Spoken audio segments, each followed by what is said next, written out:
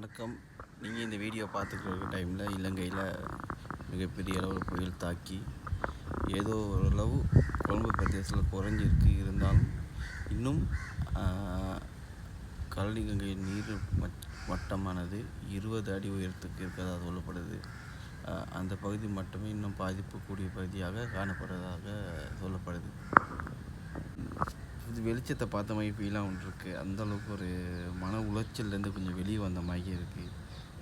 இருந்தாலும் கூட உறவுகள்லாம் பெரிய அளவில் பாதிப்படைஞ்சிருக்காங்க. வீட்டு என்ன நிலமன்னு தெரில, கரண்ட் என்ன நிலமன்னு தெரில, சாப்பிட்டாங்கன்னு தெரில, வீட்டில் என்னன்னு கறி வச்சாங்க ஒன்றுமே தெரியலை, சாப்பிட இருக்கான்னு தெரியலை. எங்கள் அம்மா எங்கே இருக்காரு, எங்கள் அப்பா எங்கே இருக்காங்க, தங்கச்சி இருக்காங்க, எல்லாம் ஒன்றா இருக்காங்களா ஒன்றுமே தெரியாத அளவுக்கு ஒரு நிலைமையில தான் குடும்பத்தை விட்டு வாழ்கிற மக்கள் வெளியில் இருக்கிற எல்லாருமே இருக்கும். இலங்கையில் கொழும்பு பிரதேசத்தில் இருக்கிற வேலை செய்கிற மக்களும், அதுவும் இல்லாமல் வெளிநாட்டில் வேலை செய்கிறவங்களும் மிகப்பெரிய அளவு மன உளைச்சலில் இருக்கும். அங்கே இருக்கவங்களுக்கு கூட உங்களுக்கு தெரியுமா இருக்கும், இன்றைக்கி இதுதான் நடக்குது, ஓகே வேணுமா செஞ்சுட்டு இருக்கலாம் அப்படின்னு.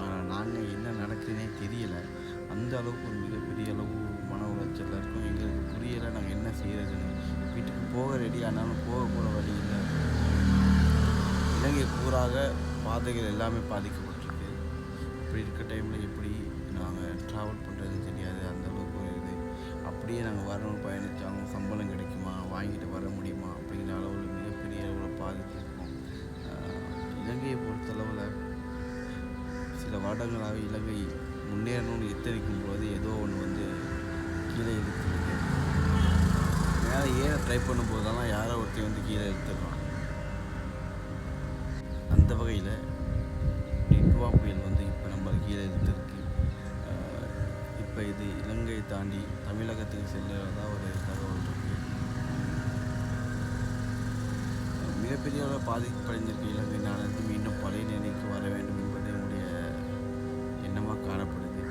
கொழும்பை பொறுத்தளவில் குறிப்பிட்ட ஒரு பகுதியில் தவிர மற்ற ஏரியா பகுதியில் உள்ள மக்கள் எல்லாமே ஓரளவு நாங்கள் சேஃபாக இருக்கோம். நீங்களும் சேஃபாக இருங்க. இப்போ நம்முடைய உடைமைகள், நம்முடைய வீடு வாசல் எல்லாத்தையும் நிற்கிறோம்.